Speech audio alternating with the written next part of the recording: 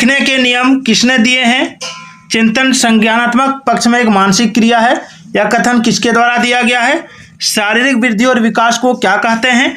बाल मनोविज्ञान का केंद्र बिंदु क्या है? तो दोस्तों स्वागत है आपका।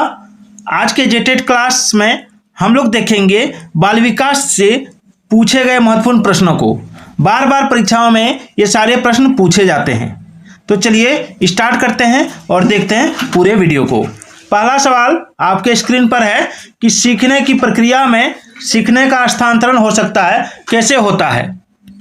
तो देखिए, सीखने की प्रक्रिया में सीखने का हस्तांतरण सकारात्मक, नकारात्मक, शून्य, ये तीनों रूप से होता है। यानी ऑप्शन डी हो जाएगा ये सभी।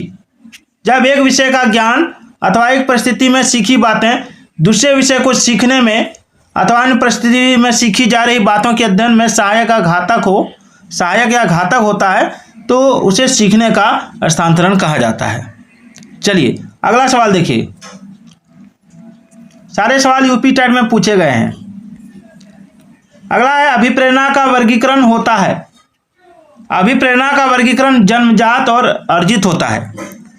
अगला प्रश्न है किस मनोवैज्ञानिक ने सीखने की सामग्री के रूप में निरर्थक शब्दों का प्रयोग किया है? तो इसका आंसर होगा एबिंगहॉस ने। एबिंगहॉस नामक मनोवैज्ञानिक ने निरर्थक शब्दों का प्रयोग सीखने की सामग्री के रूप में प्रयोग करने को कहा है। चलिए आगे है, निम्न में से कौन सा मत अंतर्दृष्टि द्वारा सीखने की व्याख्या करता है? निम्न में से कौन सा मत अंतर्दृष्टि द्वारा सीखने की व्याख्या करता है? आपका ऑप्शन है मनोविश्लेषणवाद, व्यवहारवाद, संबंधवाद या गेस्टल्टवाद। तो इसका आंसर होगा ऑप्शन डी, गेस्टल्टवाद। सीखने की अंतर्दृष्टि या सूझ के सिद्धांत का प्रतिपादन जर्मनी के गेस्टाल्टवादियों द्वारा किया गया था। गेस्टाल्टवादियों के ऊपर मैं एक पूरा डिटेल वीडियो लाऊंगा। अगला सवाल है सीखना क्या है? तो सीखना जो है व्यवहार में परिवर्तन है, ठीक है, अनुभव तथा अभ्यास का परिणाम है, व्यवहार में अपेक्षाकृत अस्थायी परिवर्तन है सीखना। यानी ऑप्शन डी हो जाएगा ये सभी। अधिगम सीखना सतत रूप से चलने वाली वह सार्वभौमिक प्रक्रिया है जो जन्म से प्रारंभ होती है और मृत्यु पर्यंत तक चलती रहती है। अगला सवाल देखिए क्या है। अगला सवाल है कि सीखने के नियम किसने दिए हैं? तो सीखने का नियम दिया आपका थॉर्नडाइक ने। थॉर्नडाइक ने सीखने का नियम दिया। ये सवाल बार बार परीक्षा में पूछा जाता है। चलिए मैं आपको कल से सीटेट का भी सीडीपी अवेलेबल करवा रहा हूँ। एक वीडियो मैंने सीटेट का आपका अपलोड कर दिया है। तो इस चैनल पर जेटेट और सीटेट, यूपी टेट सबका अब पढ़ाई होगा। अगला सवाल है चिंतन संज्ञानात्मक पक्ष में एक मानसिक क्रिया है। यह कथन दिया गया था किसके द्वारा? तो यह कथन दिया गया था आपका रॉस के द्वारा। और रॉस के अनुसार चिंतन संज्ञानात्मक पक्ष में एक मानसिक क्रिया है। ये सब सारा सवाल पूछा जाता है। चलिए शारीरिक वृद्धि और विकास को कहते हैं। शारीरिक वृद्धि और विकास को क्या कहते हैं? तो देखिए, शारीरिक वृद्धि और विकास को अभिवृद्धि कहते हैं। शारीरिक वृद्धि एवं विकास को अभिवृद्धि यानी ग्रोथ कहते हैं, याद रखिएगा। क्योंकि अभिवृद्धि एक निश्चित समय एवं एक निश्चित सीमा तक चलती है और शारीरिक विकास भी एक निश्चित समय एवं सीमा के अंतर्गत होता है। चलिए बाल मनोविज्ञान का केंद्र बिंदु क्या है? तो बाल मनोविज्ञान का केंद्र बिंदु बालक है। बाल मनोविज्ञान का मुख्य केंद्र बालक ही होता है, क्योंकि इसके अंतर्गत बालक में हो रहे शारीरिक परिवर्तन एवं व्यवहारिक परिवर्तन का अध्ययन एवं परीक्षण किया जाता है तथा उनके अनुसार ही उनका पाठ्यक्रम जो है, ठीक है, निर्धारित किया जाता है ताकि उनका विकास सकारात्मक हो सके। अगला है बाल मनोविज्ञान के आधार पर कौन सा कथन सर्वोत्तम है? तो बाल मनोविज्ञान के आधार पर प्रत्येक बच्चा विशिष्ट होता है, यह कथन सर्वोत्तम है। चलिए आगे देखिए, संवेग शब्द का शाब्दिक अर्थ क्या है? संवेग शब्द का शाब्दिक अर्थ, तो देखिए संवेग शब्द का शाब्दिक अर्थ होता है उत्तेजना या भावों में उथल पुथल, ठीक है।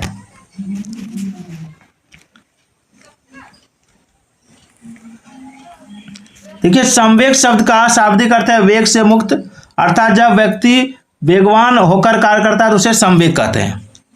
अगला सवाल है कि अच्छी स्मृति की विशेषताएं क्या है? अच्छी स्मृति की विशेषताएं क्या है? तो देखिए अच्छी स्मृति की विशेषताएं है आपका शीघ्र पुनर्स्मरण, शीघ्र पहचान, अच्छी धारणा, ये सभी यानी ऑप्शन डी हो जाएगा ये सभी। स्मृति एक क्षमता है जिसके सारे उद्देश्य पूर्ण कार्य किए जाते हैं। मानसिक आयु के प्रत्यय का सर्वप्रथम प्रयोग किसने किया था? मानसिक आयु के प्रत्यय का तो इसका सर्वप्रथम प्रयोग किया था आपका विनय साइमन ने। चलिए, कौशल सीखने की पहली अवस्था क्या है? तो कौशल सीखने की पहली अवस्था है अनुकरण करना।